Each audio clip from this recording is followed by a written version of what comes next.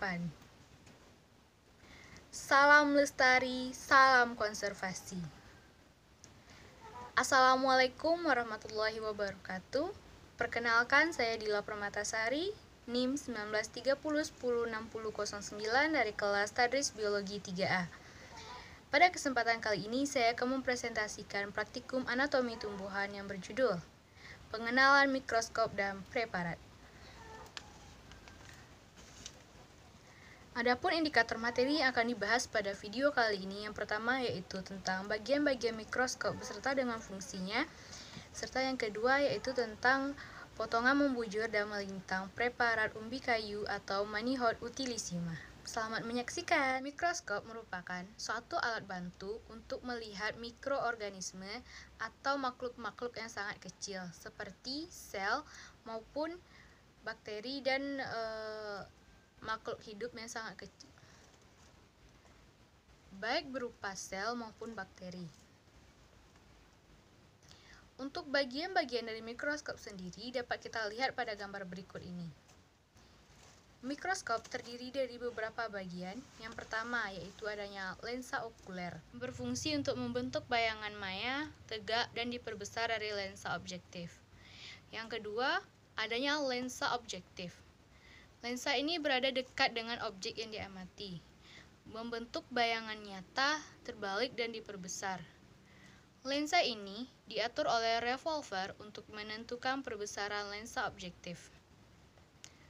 Selanjutnya yang ketiga yaitu adanya tabung mikroskop atau tubus. Tabung ini berfungsi untuk mengatur fokus dan menghubungkan lensa objek dengan lensa okuler. Yang keempat ada makrometer. Makrometer berfungsi untuk menaik turunkan tabung mikroskop secara cepat. Yang kelima yaitu mikrometer atau pemutar halus, yaitu berfungsi untuk menaikkan dan menurunkan mikroskop secara lambat dan bentuknya lebih kecil daripada makrometer.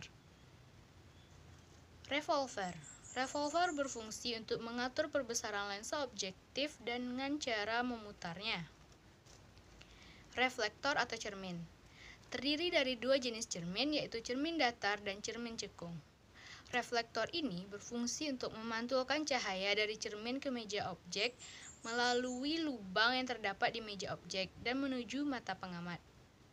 Cermin datar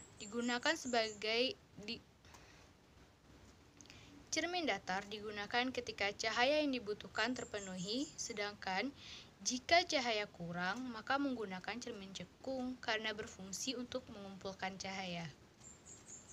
Diafragma berfungsi untuk mengatur banyak sedikitnya cahaya yang masuk. Kondensor berfungsi untuk mengumpulkan cahaya yang masuk. Alat ini dapat diputar dan dinaik turunkan. Meja mikroskop berfungsi sebagai tempat meletakkan objek yang akan diamati. Penjepit kaca yaitu berfungsi untuk menjepit kaca yang melapisi objek agar tidak mudah bergeser. Lengan mikroskop berfungsi sebagai pegangan pada mikroskop.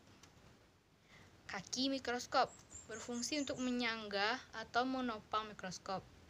Selain itu juga ada sendi inklinasi atau pengatur sudut untuk mengatur sudut pada mikroskop. Baiklah, di sini ada beberapa langkah yang dapat dilakukan untuk menjaga mikroskop ketika dibawa dan meletakkannya di atas meja praktikum.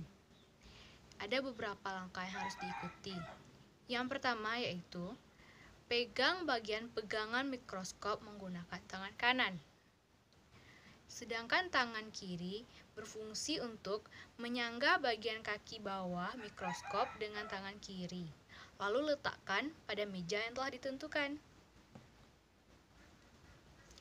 Setelah selesai menggunakan mikroskop, bersihkan segala kotoran yang menempel pada mikroskop atau hasil pengamatan objek yang diamati. Kemudian, letakkan mikroskop dalam keadaan istirahat. Lensa objektif pada posisi yang terkecil tegak lurus dengan lensa okuler. Selanjutnya, buat cermin pengatur cahaya dalam posisi vertikal. Dan jangan lupa untuk mematikan lampu pada mikroskop jika tidak digunakan kembali. Nah, selanjutnya kita masuk pada langkah kerja praktikum, yaitu pengamatan batang ubi kayu atau Manihot utilissima dengan menggunakan mikroskop. Yang pertama yaitu kita harus menyiapkan alat dan bahannya. Alat dan bahan yang kita gunakan sebagai berikut. Ada batang ubi kayu atau Manihot utilissima. Di sini kita menggunakan empulur ubi kayunya yang berwarna putih. Lalu ada pisau silet. Ada alat tulis berupa buku beserta dengan pena dan juga pensil. Langsung saja kita masuk pada langkah kerjanya. Yang pertama di sini itu kita telah menyediakan batang ubi kayu, yaitu yang kita gunakan adalah batang ubi kayu yang batangnya masih muda atau lunak. Kalau kita menggunakan batang ubi kayu yang telah tua atau keras, kemungkinan kita tidak akan menemukan empulur ubi kayunya yang berwarna putih. Seperti kita lihat, objek yang akan kita gunakan yaitu bagian gabus yang ada di dalam batang dari tumbuhan ubi kayu ini. Langkah kerja yang pertama yaitu kita harus membersihkan batang empulur ubi kayu tersebut untuk mengambil bagian yang berwarna putih di dalamnya.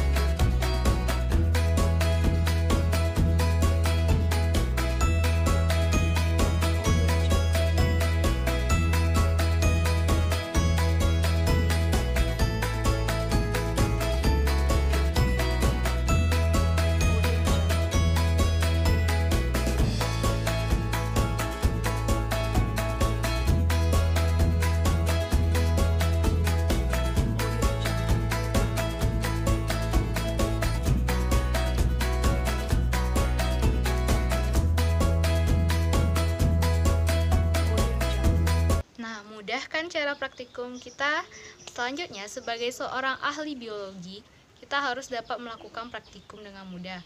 Menggunakan mikroskop merupakan suatu langkah awal untuk melakukan penelitian biologi maupun penelitian lainnya yang ada di laboratorium.